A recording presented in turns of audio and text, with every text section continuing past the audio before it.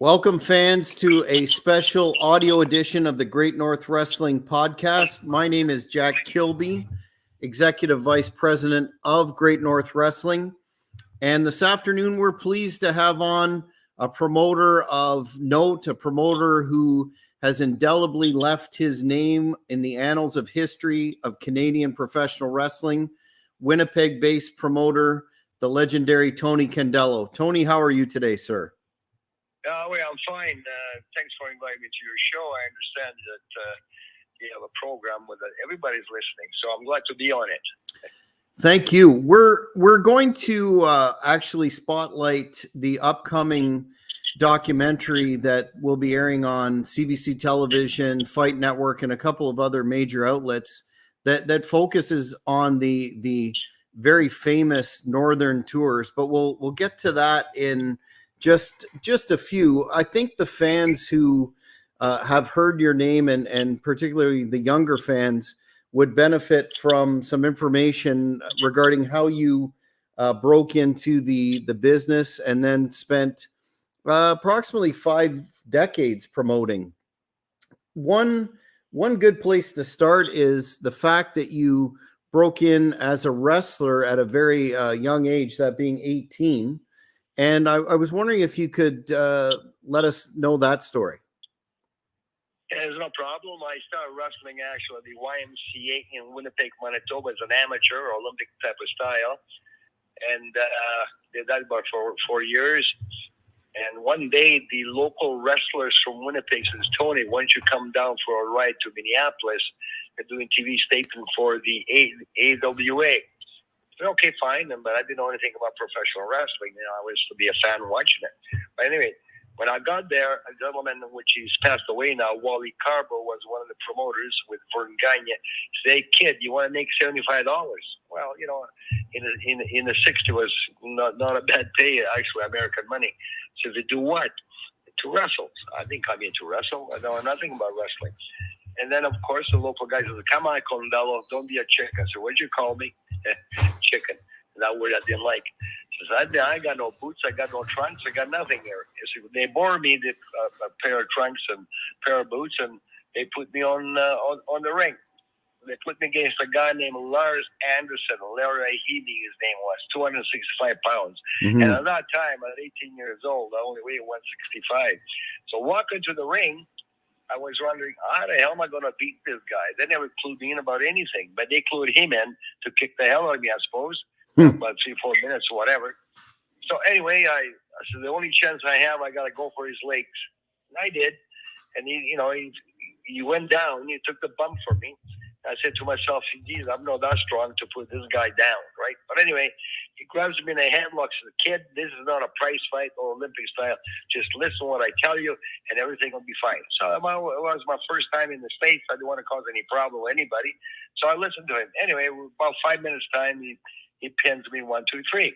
And the whole deal was now that episode shot in Minneapolis was going to be showing in Winnipeg.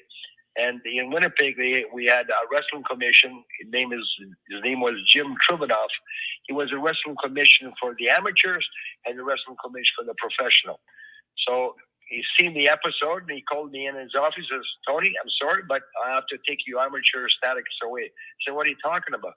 Well, you got paid, you wrestled, blah, blah, blah. I said, if you want your amateur card back, you got to wait 5 years.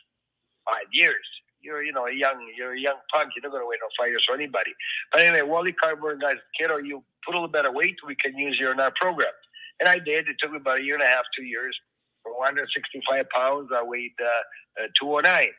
So they used me in Minneapolis, which I worked for them for 12 years under Tony Savoldi. Mm-hmm. And from 1972, then I opened up my own school in Winnipeg here.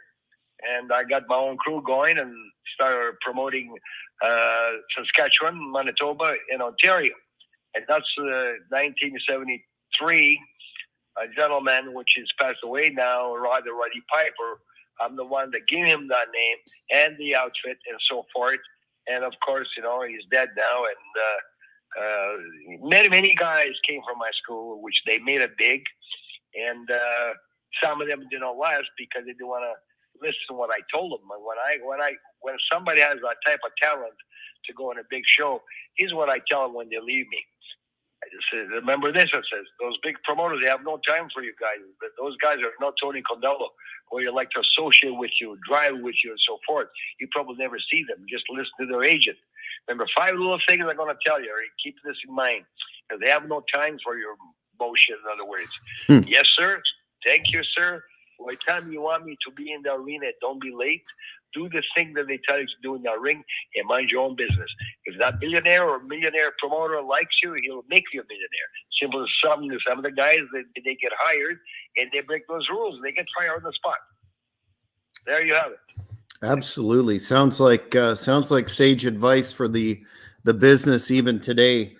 Wanted to ask you, when you began working for the American Wrestling Association as a referee and had an opportunity, I understand, to be a front promoter for a network of cities under the AWA banner, but then there was some involvement of Al Tomko with Vern Gagne, and the deal sort of soured from my understanding. Could you explain that situation for the fans?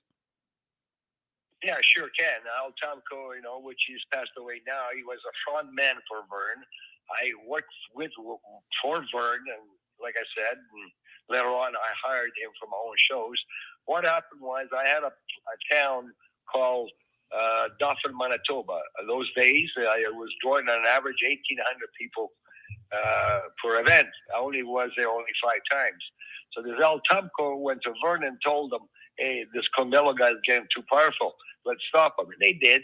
They promoted an event in Dauphin, Manitoba with, I went to see it, with all the big stars that they had, from Andre the Giant to God knows what. And he had television that time. It was easy for him to promote. I was promoting just with radio, newspaper, and posters. But when I went and watched the event, I paid my fees, $10 to get in. He had 6,000 people there, sold out. Well, what he did was, he wasn't going to try to go back to Dauphin, Manitoba. He went there to kill a town for me, which he did. How you kill a town is very simple. Get all those big superstars. They go inside the ring. They don't wrestle. They just monk around. And of course, what are you going to get from the crowd? Boo, bullshit, and so forth. So therefore, he killed that town for me. And I made a promise. One of these days, you multimillionaire, so I'm going to get you. And I did later on. I'm going to tell you a story about that. So I went back to Dauphin, Manitoba to see if the town's really dead. From an average 1,800 people to 2,000 people, I had the mighty midgets, I had the ladies, I had a powerful card, and from 1,800, all of a sudden I do 300. Now I know the town is dead. But anyway, that was the end of Vern Gagne became my enemy. But beside the point, he was afraid that I was going to run against him in Winnipeg at the Winnipeg Arena. That was not my intention at all. Because by trade, I was a hairstylist. I had 6 salons in the city. I did wrestling on the side until until later on in life, I sold my salons and became a full-time promoter. But anyway, in 1980, I believe, I got a call from Vern Gagne. From Vince McMahon. And what he wanted me to get was the permits for the Winnipeg Arena for him to run. Now, he knew that I had a beef with Vern Gagne, and he had a monopoly on the Winnipeg Arena, which he could not monopolize a city property. So he knew very well that I could break that lease that he had. Because all my clients, I had the mayor of that city that time and all the councilors, they were on my side. Anyway, what happened before I did all this, before I broke his contract, that anybody can go and promote wrestling in Winnipeg Arena, because it's government property, city property, right? You cannot do that. If it was private, you could, but once it's a city, you cannot monopolize premises. But anyway, before I did all this, I called his office over 10 times. I don't want to interfere, but I made a promise to myself that I'm going to get him, and I did.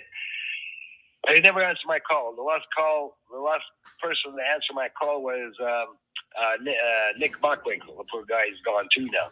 And he told Vern if he doesn't call me by tomorrow morning, which is Wednesday, his contract will be broken. He never called me because he couldn't believe I could do it.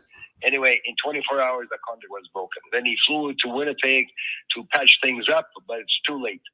And from there on, anybody can promote professional wrestling in the Winnipeg arena. But because of that, he lost his television rights, which Blackjack Lanza had a contract with them, not him. And all the boys already made a switch to Vince McMahon, WWF at that time. And then, all of a sudden, he went broke. Simple as that. It's my understanding. Later on in life, I got a call from Greg Gagnon, which was his son. And I told him, let's forget what happened, blah, blah, blah. I said, okay, it's forgotten. But I don't forget when somebody betrays me, right? Mm-hmm. Beside the point, I hire his crew. I bought 2 shows from them with all their crew. They sent me their tapes, which I had to edit the tapes in Winnipeg here with Mr. Joe Yellow, which is a radio announcer. He was my announcer at that time, Mm-hmm.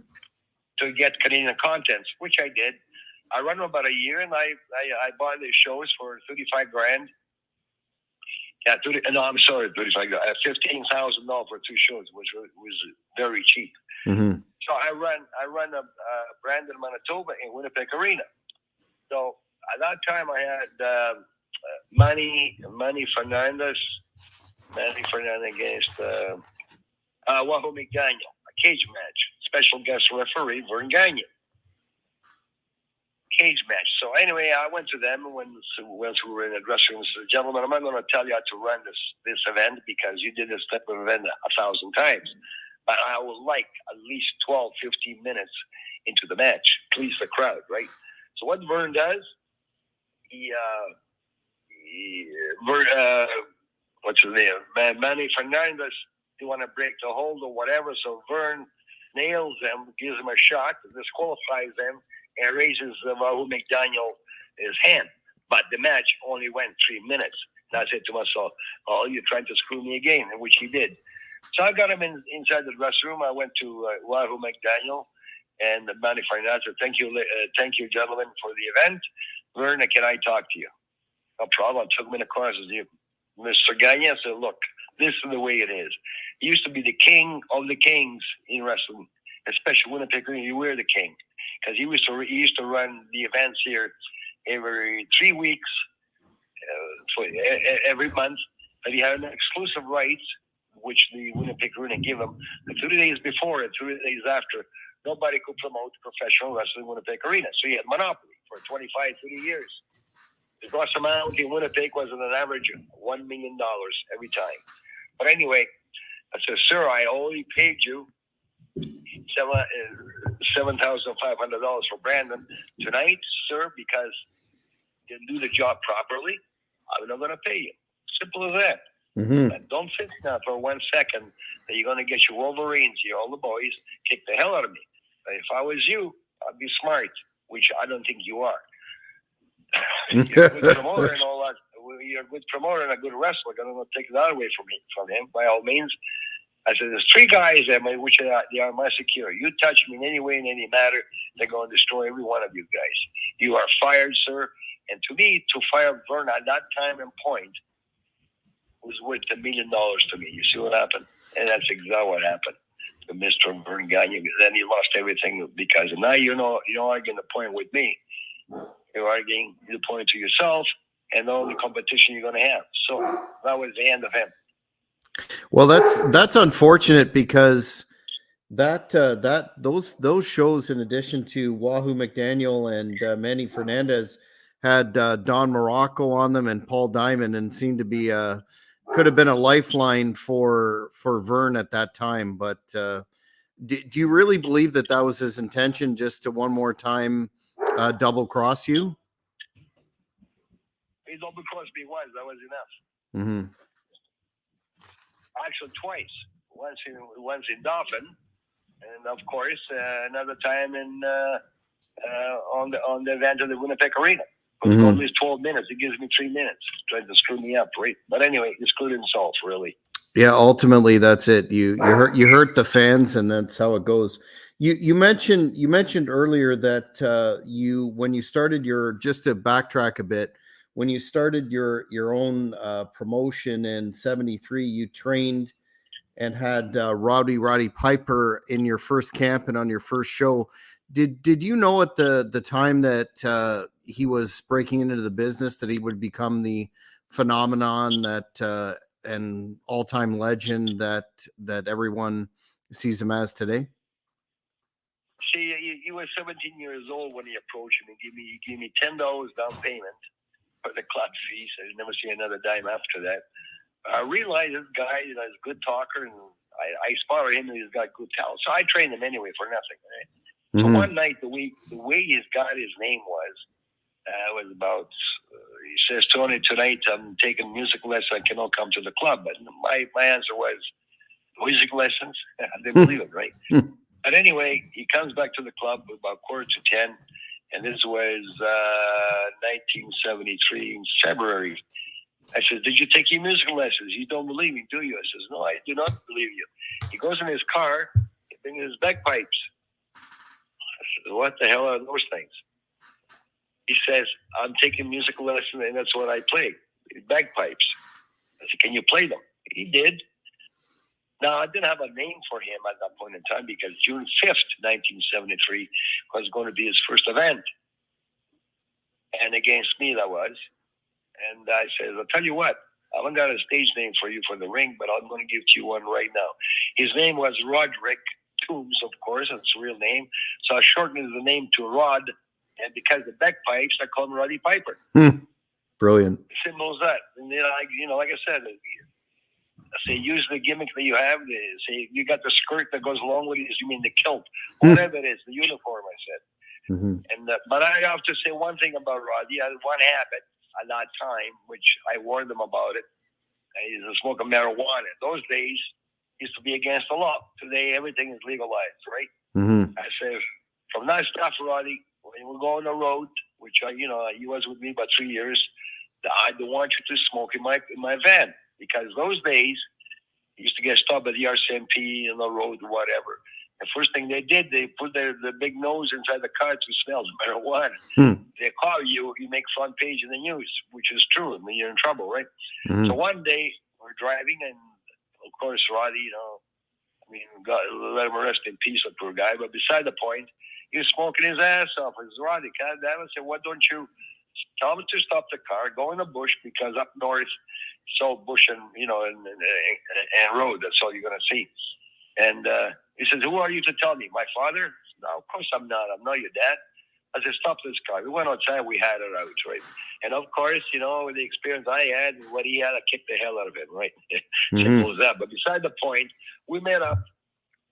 We had to finish the tour. We had, 18 days on the road, but whatever.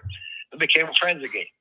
And of course, later on in life, he says, Tony, can you do me a favor? I said, if I can, why not? He said to me, he says, I don't know what to do. I said, what's the question? He said, I'm engaged to be married to Miss Manitoba those days. And I don't know if I should get married or hit the road and become famous. I said, Roddy, I cannot answer that question. Don't get married. But one thing I have to say to him, he told me what he wants to be in life, and he did it all, believe me. He says, I want to work for a big company. I want to be a main eventer. I want to be a movie star. He did everything, what he told me that he wanted to be. But like I said, his habit did not stop there, because the boys, the rest of the crew, like AWA boys, used to tell me, Tony, he says, this guy, he trained him really well. He's a hell of a talker and a good wrestler too. He says he makes $22,000 a week those days, which was a lot of money. Hulk Hogan was making $25,000. But he smokes up $15,000 up his nose. He started hitting the coke, whatever. You know what I mean? I never seen him smoke coke, but that was the rumor that they used to tell him. And apparently, the poor guy, I think that's where he died. But he did what he told me he was going to be. That's unbelievable. Yeah, and an all-time legend for sure. Now, oh my God, yeah, he was a good guy. Don't get me wrong. He only had those type of habits, like some people have habits of drinking, some people have drugs, and so forth. He happened to be him, right? But he was good talent in the wrestling. We all know that. Yeah, and especially back in those days, the business was different, and a lot of the boys had their vices, so to speak, for sure. For sure.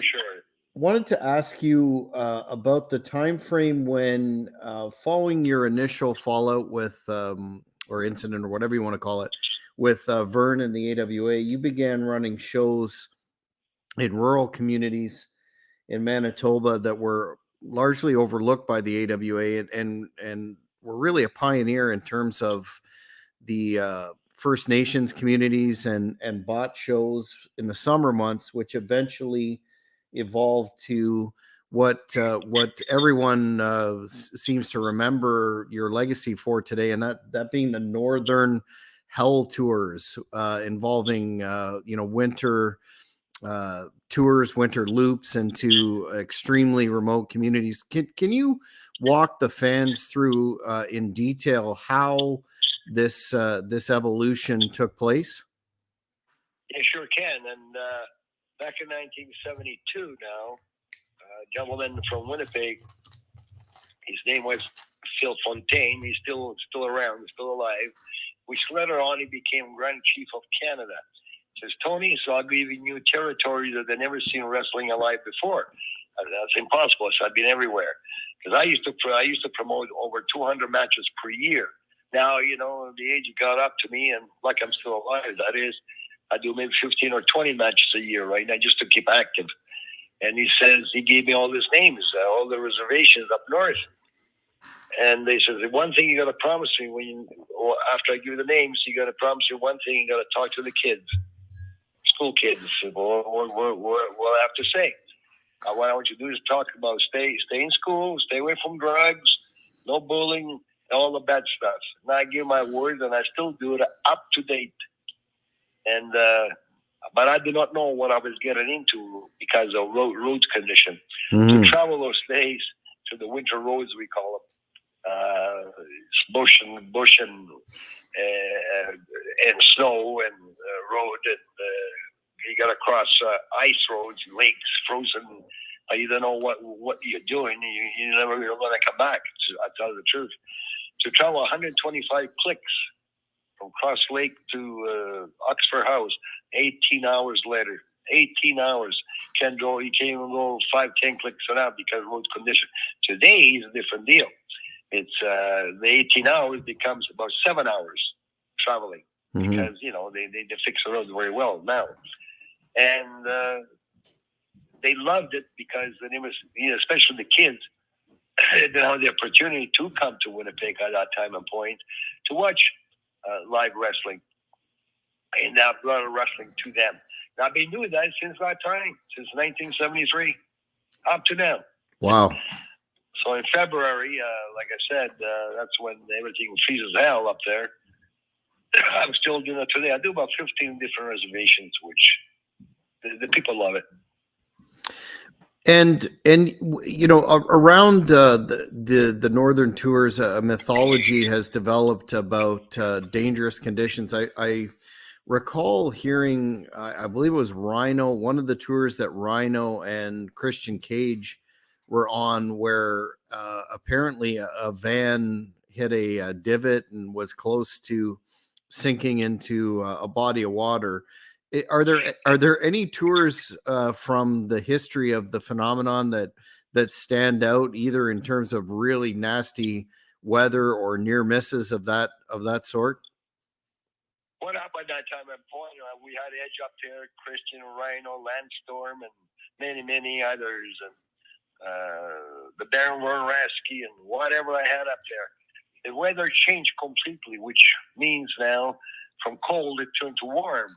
And when it's warm up there, your road will melt. So we came to across a river which was running, full of ice. It was running. I told one of the guys that was driving the ring trucks, do not go on that spot. Don't drive there. Just follow me. And if I cross that river with my vehicle, just follow me. And they didn't. He went the other side. So all of a sudden, of course, the truck sunk. Not completely, but the water was up to the hood. So Rhino now, he's inside this truck. He said, how with this noise? He figured, I'm not going to drown. He run across our river like a scared rabbit, believe it or not, on land. That was Rhino for you. But anyway, we made it. and so forth. Another guy I like to talk about is people that were up there. A guy named Scott Norton. Yes. He's a big man. So Scott Norton, who calls me, is Ken Patura. Says, Tony, here's what I want you to do. I'm going to send you a guy named Scott Norton. And no favors for the guy, he says. Just tell him even to set up the ring because he's training. In 2 weeks, he's going to go to Japan. So there's no problem. So pay the guy $450 and for the week. Okay, that's fine. And Scott Norton comes along into Winnipeg. And the first night in Winnipeg, he says, Tony, can you borrow me some money? So no problem. Anyway, the $450 he blew in 2 nights in Winnipeg because he was buying drinks for everybody there was. So he's broke. So we're on the road now, and all of a sudden, I says, this guy, is going to be taught a lesson, right? We come to a spot in the lake, which, winter roads, we're going to cross this lake, and him not knowing anything, the way they build the ice on the lakes is they put a big hole on the lake so the water can squirt out, and they flood the lake so they will freeze, and you gain inches on the ice. But he doesn't know this. We came to the spot, so I stopped on my van. I said, "My God!" I says, "The ice broke. The ice broke, and I don't know what we're going to do. We can't go back. It can't go forward. We're going to drown." So I get out of the van and start measuring the ice, whatever. I told him, "What's the problem?" Anyway, I told him, "So we're stuck. I don't know what am I going to do or whatever." Now, this man here, as big as he was, believe me, I'm telling you, I'll never forget that time where he started praying. He's saying goodbye to his family, his kid, and everything else because he believed that he's going to die. So at the end, I did not tell him it was a rib because this guy will break my back. So big, right? But anyway, it rained that way. So anyway, it came to a point where I had 800 people that night in this reservation. Because with the 800 people, he says, Tony, he said, listen, we made a deal, right? And can you pay me an extra couple of $100? Because he, in his mind, figured that he drew the 800 people. Nobody knew who he was, just another body, another wrestler in the ring. Mm-hmm. The way we drew those 800 people is because they were wrestling. I says, Scott, let me think about it. So I'm pacing the floor. I says, you know what? You got paid already. You don't have to wrestle tonight. Just enjoy the show and sit down. Now, he knows this guy is going to get shit from Ken Patura, right? And he wrestled anyway. But now he goes in the States on a radio interview like I'm doing with you. And he told the fans that I stiffed him and never paid him. He's a liar. Now, we'll tell him that 1,000 times in his face. He blew his money because I give it to him in Winnipeg. It was broke in 2 days. And Ken Patura can back that up because I believe I told him that. But anyway, that was the end of him. Well, it's certainly, and it's germane that you mentioned that because I heard an interview several years ago that you did with Don Callis and Lance Storm on their podcast where they described the conditions of the tour for a wrestler. Could you explain that a little bit? Just how physically taxing it is and the accommodations? When we get there, we usually rest in the school, okay? And don't forget, they don't have AAA motels or hotels, So the school is the best thing for us because you have the kitchen, you have showers, you can cook for yourself, right? But I tell everybody, bring a sleeping bag because we're going to sleep in the gym. And that's the condition that we are up there. And it's warm. What more do you want? It's 40, 50 below up there, sometimes 65 below zero.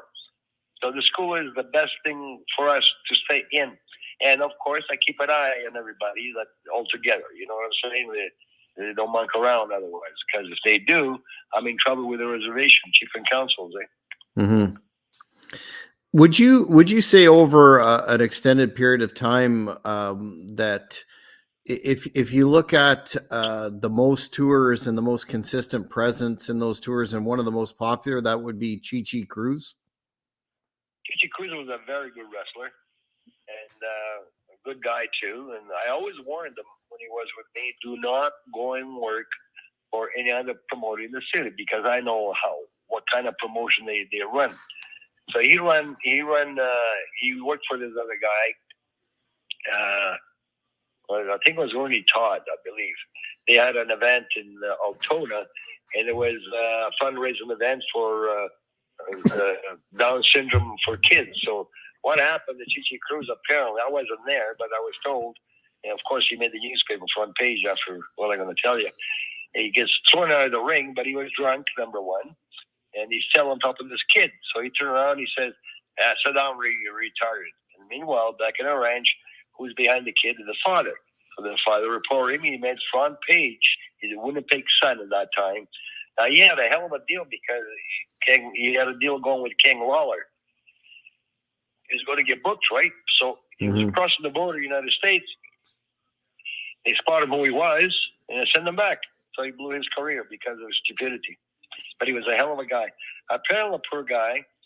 I don't know if he would have lasted in the big times, because a few years back he got sick. He had a heart problem. His heart was only operating at 25%, and he can't wrestle because of that. But now he's okay. He's still going. He's not a wrestler anymore. He's retired. But he was a hell of a wrestler, I'll tell you. A hell of a wrestler. Absolutely. We're going to look forward to the documentary that we referenced earlier in the show, because it's certainly an extremely unique phenomenon in the history of professional wrestling, without a doubt. Do you feel, looking back on this, that this was just an opportunity for yourself to run a successful tour, but also to contribute to, the entertainment per se of First Nations communities, and looking back on it from a historical context, do you feel that it's something that could continue to work into the future as well? Yeah, I'm going to mention too, I just finished another documentary 3 weeks ago. And of course, it's for me, I don't need no advertising or be promoted. I've been there many, many times in 50 years, that is. But the people, the wrestlers that are on that documentary, is a good plug for them, because some other promoter will see them in the documentary, and they're going to get booked. That's the way it works. This documentary, we had a bunch of people from Montreal that called me about 4 years ago, and they want to do this documentary. And we closed a deal with them 4 years ago, but because of the COVID, could not do it. So we did it this year. The documentary is going to be showing on CBC across Canada next year. That is, I don't know the time yet, because they're editing the documentary right now, I guess. And CBC, the Fight Network, and APTN, and CBC in Quebec. And they're thinking if it works here in Canada, they're going to run it in the States and maybe in some movie theaters. I did my second documentary that I did. I said after it was done, I said, "Why don't you enter this documentary?" That was for MTS telephone, I guess, MTS cable. I said, "Why don't you enter this documentary some competition?" And that guy did. All of a sudden, I win first prize in Vancouver Film Festival, which is a big one, for excellent documentary. I got first prize. Sometimes you'll never know what's going to happen to any documentary or anything else, right? Mm-hmm. There you have it. It's my third one, I believe. Yeah, excellent. Switching up to another aspect of your career. In '86, you had a partnership with Stampede Wrestling, and ran some shows with some pretty big name talent on there. Bad News Alan Muckasing and a rookie Chris Benoit. Why did that partnership not last longer than it did? Well, I tell you, I ran two shows with Mr. Stu Hart, and we made a deal. I went to Calgary. They put me on TV there, blah, blah, blah. Partnership. We ran a couple matches, right? Mm-hmm. But me not knowing that Vince McMahon was coming in. So I believe that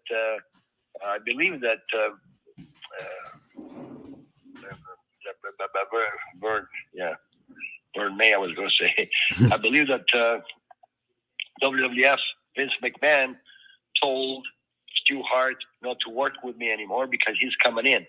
So anyway, what happened was that we went in partnership, and I run these tapes and so forth, but we lost money. We lost $9,000 because the promotion. Right, didn't draw that well because they were not well known here in the city, and Stampede. But anyway, he stiffed me for $4,500.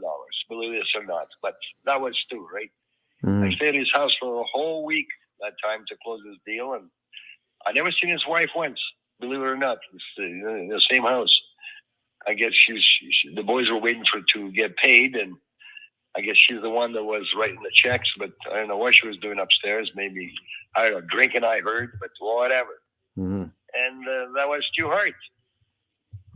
Unbelievable, but hell of a wrestler, I'll tell you, in this time. But can't collect the money now, right? Besides the point, it's not the point of the money was the point of the whole deal, right?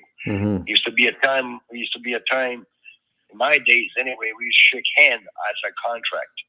That's a contract, but shaking hand. Today you can have all the contractors you want. The next steps you're gonna hear is go see my lawyer. You know what I'm saying? Yes, absolutely. And that's the way it goes. In 1986, you had another partnership with famous trainer Ed Sharkey, and you ran a big card at the Winnipeg Arena that featured the very unique character Bulldog Bob Brown versus Bruiser Brody. And I understand through some of the research that Brody was going to help build that business, but ultimately it didn't happen. What memories do you have of that particular show and both Bob Brown and Brody? Well, Miss Bob Brown, as you know, he passed away. Same with Frank Brody. At that time, Mr. Brody says, Tony, if you don't have enough money, I never met him before in my life, except that time. He says, don't worry about it. Send me a check whenever you can. That's a nice type of guy that he was. And then, of course, I think it happened in Puerto Rico. That's where he got killed or whatever happened there. I don't know. I heard stories about it, but beside the point, that poor guy passed away. And he told me that he was going to Japan, I believe, after leaving me, and he wanted me to be his partner because he's got a collection of wrestling tapes, which he says they don't have to tape anymore because I have all kinds of shows. They never made it. Mr. Bulldog Bob Brown wrestled him, and Bulldog was the type of a wrestler that old timer, you know what I mean? Not flying around, but and he passed away too, right? The poor guy. And there you have it. In 88, and I like to say that Eddie Sharkey was one of the best guys I worked with. Well, his legacy as a trainer, his legacy as a trainer definitely stands apart. Yeah. So it sounds like Brody was somewhat easy for you to work with, which wasn't the prevailing. I don't want to call it legacy, but the reputation that he had for being difficult with promoters. You didn't have that experience? No, I even asked him that question. As Mr. Brody says, how come a lot of promoters, they tell me that you don't show up when you're booked? Tony, he said, I never missed one event. He says, in my life, what they do is they use my name to draw the crowd. And of course, I wasn't booked. I didn't want to be there. He showed up for me. I never knew the guy from a hole in the ground. Makes sense. So there you have it. He was a good gentleman. That's all I know. In 1988, you worked out a deal, to my understanding, with Jim Crockett Promotions and the NWA, and here it comes, right? Yeah. And you had a couple of cards that featured like top talents, including Flair, Sting, Luger, and didn't do so well. Anyway, now looking for new tapes, because I fired every local guy that I had on my card, so I need new talent. So I went to Vegas. That's what I met. I think it was David Crockett. I believe David is a name. David's first name, or yes, Crockett? David Crockett David, was right? Jim's brother. Jim's Ric brother. Flair was all there. The whole crew was in Las Vegas casino there. I've seen Ric Flair lose $275,000 playing roulette. But beside the point, that was his business. Wow. So I closed a deal with them, and I bought 2 shows from them, which, like I said, Brandon Winnipeg Arena. It cost me $35,000, and plus the plane fare. And they dropped pretty good. I didn't lose any money. But what happens? That guy named Jim Burnett. I remember the name now. Jim Burnett. He was the head man or booker, or I don't know what he was. Jim Barnett. Hey? Jim Barnett. Jim Barnett, yes. So Tony, the way he used to talk, Tony, would you give Ric Flair and the manager? I forgot his name. The manager used to be there. The manager. Anyway, it doesn't matter. Can you give them $3,000 to spend Canadian money to spend their money? I says, no problem.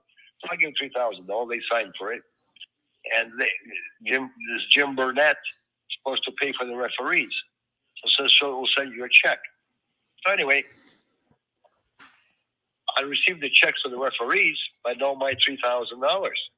I phoned Mr. Jim Burnett, and Mr. Burnett, where's my $3,000? Oh, my secretary, blah, blah, blah. Anyway, what happened? I never received the $3,000. Now, what I did was I had to pay for the plane fare, which was $8,000, and I wrote him a check. So what I did, I stopped payment on that check. I know very well now what's going to happen. I got a call from Cowboy Bill Watts, and I told him, Tony, watch out. These people, they might stiff you because they sold the business to Atlanta. Okay. So anyway, what happened? I did not give them the $8,000 because I stopped paying on the check. So I got a call from Mr. Jim Burnett, which is dead now, I understand. Marty, your check came back NSF. No, I don't write NSF checks if I don't have any money in the bank. The check reads stop payment. Where's my $3,000? And I'll give you the $8,000. No problem. But what they do now, they hire a lawyer from Winnipeg here. And I went to see this lawyer. I said, well, there's a problem, sir. So you owe these people $8,000. They are correct. But they owe me $3,000. I said, well, we'll do just to close this deal. It says, give me a receipt. I give you $5,000. They owe me $3,000. I give you $5,000. We're square. So simple. I never did. Okay, that's fine. You want to go any further? I said, no problem. I run these tapes for 6-7 months. I'll sue him. He owes me thousands of dollars. Never mind $8,000. I don't want to do that, but that's the way they want to do. It's no problem at all. And I never heard no more from them. That was the end of that. Well, so in other words, I gained $5,000. Well, there you go. At the end of the day, that's what counts. I'm just curious, given your lengthy career in the business, what you think of the product today that they largely don't refer to as professional wrestling, at least in the big two companies. It's a dichotomy in that the fans have never been less satisfied with both AEW and WWE, but financially they're doing gangbusters, at least WWE. What is your opinion of the product today, and why do you think it is that the Hannibal TV is a channel that focuses a lot on classic pro wrestling, and there seems to be a great love for the quote unquote good old days? What are your thoughts of the current product? Do you watch it? Do you stay current with it? I stay current. I watch it, and so forth. What happened is this: that back in the days, Vince McMahon's father, he passed away, and he left the business to Vince's son. So what Vince McMahon did was very smart and stupid sometimes, but very smart. The only reason I say stupid because all the charges that he had were beside the point. Mm-hmm. He added music to wrestling, and he brought different actors and different superstars in his show. I mean, come on. We drew 95,000 people, or where was it? Toronto? I forgot what it was. WrestleMania. And that's what made it. That's what made actually him, and changed the whole aspect of wrestling. In my days, we didn't have all this propaganda, and promos like they do now, and the movies that they do, and so forth. And that's what made it. He added something else extra that the fans had never seen before, and that's up to date. I remember a time when Bulldog Bob Brown says to Chris Jericho, "Hey kid, you'll never make it in this business. You're taking too many bumps and too many moves." And look what happened. Mm-hmm. Things have changed, right? Mm-hmm. Do you have any closing thoughts now that we've run through our time, in terms of if people look back on your legacy, be it as a wrestler, but of course most prominently as a promoter, what would you like to have people remember you by? Wow, I'm just another guy. I guess I'm going to remember me by. I promote a lot of matches, and I've got a lot of guys that do my shows, and a lot of guys made it to the big times. And like I said, just stay cool and stay away from drugs. Like I'm talking to the kids up north or anywhere else. And remember those 5 things that I mentioned to you. If you're a wrestler and you happen to get lucky, today is mostly lucky to get to the big firm like McMahon or AEW, which I just seen a couple of weeks ago, and I've seen them. Most of my crew are there. I come about 20 people that I used to be with me, and now they're superstars. Mm-hmm. Remember those 5 things? Mm-hmm. Yes, sir. Thank you, sir. What time you want to be in the arena, do your stuff in the ring and mind your own business. And if you're good enough to get hired and follow those rules, I'll tell you, you become a millionaire, especially these days. There you go. And if I may add, I think you always strove to make the fans satisfied, leave them happy, which is something I certainly keep in the forefront as a promoter myself. Yeah, you got to make those people happy one way or the other. They're there to do one thing, make them happy. They can boo and scream and so forth, but you got to leave them happy. And you want them to come back, right? So that's your bread and butter right there, the fans, nothing else. Absolutely. That's why we're in the business. Well, Tony, I really appreciate your time today, and we'll keep the fans updated as to the release of the documentary. Is there anything else that you'd like to take a time now to plug, or do you? I'm not sure if you have a social media or anywhere that people could find you. They can find me in give my phone number. It's a business number anyway, 204-229-9173. Call me anytime, and if I don't answer the phone, leave a message, leave your number, and I'll phone you back. No problem. Excellent. Well, once again, Tony, appreciate your time, and we're going to keep an eye out for the documentary. Thank you very much, sir. Well, one question I'm going to ask is already was asked. People in Winnipeg, they get your program? Oh, yes. The Hannibal TV is Canada's #1 combat sports and pro wrestling channel on YouTube. They asked me how they can listen to. Could you send me a text or something to get to your app or something like that? Absolutely. We'll send you the link, and then we'll promote the interview on our platforms. Thank you very much, sir. It was a pleasure talking to you and the wrestling fans. And stay happy. Likewise. Take care. Thank you very much, Roy. Well, fans, that's it for a special edition of the Great North Wrestling Podcast.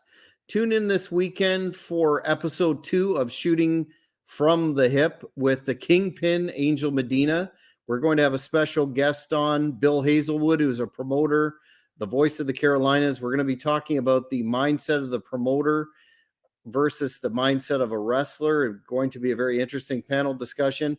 And don't forget, Sunday at 7 p.m., the Taskmaster, Kevin Sullivan, will be on the Great North Wrestling Podcast to talk about his career and upcoming booking managing the Blood Hunter in Great North Wrestling. Jack Kilby here, Executive Vice President of Great North Wrestling. No Gimmicks Entertainment is pleased to present Great North Wrestling's huge 15th anniversary show on Saturday, May the 6th at the Earl Armstrong Arena in Ottawa, Ontario. Bell time 7 p.m. This stacked card will feature former TNA Impact World Heavyweight Champion Cowboy James Storm, WCW legend The Taskmaster Kevin Sullivan managing the diabolical Blood Hunter, second generation former TNA star Aces and Eights Wes Briscoe, Canadian champion Black Dynamite Jeremy Prophet, and former GNW Women's Champion Jessica Black, the Conspiracy Horsemen of Ayatollah Bin Hameen and Greek god Papadon from Vince Russo's brand, Ottawa wrestling legend Bruiser, with much more to be announced. Fans, there will be a meet and greet before the event and at intermission. Tickets now on sale, available at ticketweb.ca and at the door. Don't you dare miss it. Thank you for watching the Hannibal TV. Please like this video if you enjoyed it and click the subscribe button to not miss any of our latest shoot interviews, match videos, or news updates. Follow us on Twitter at the Hannibal TV for instant updates.